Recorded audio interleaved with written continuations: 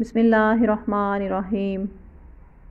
حضرت زید بن ارقم رضی اللہ تعالیٰ عنہ بیان کرتے ہیں، رسول اللہ صلی اللہ علیہ وسلم دعا کیا کرتے تھے، اے اللہ، میں عاجزی اور سستی، بزدلی اور بخل، بڑھاپے اور عذاب قبر سے تیری پناہ چاہتا ہوں۔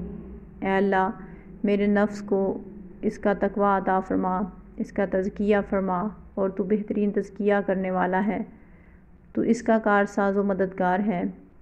اے اللہ، میں ایسے علم سے جو نفع مند نہ ہو، ایسے دل سے جو ڈرتا نہ ہو، ایسے نفس سے جو بھرتا نہ ہو، ایسی دعا سے جو قبول نہ ہو، تیری پناہ چاہتا ہوں۔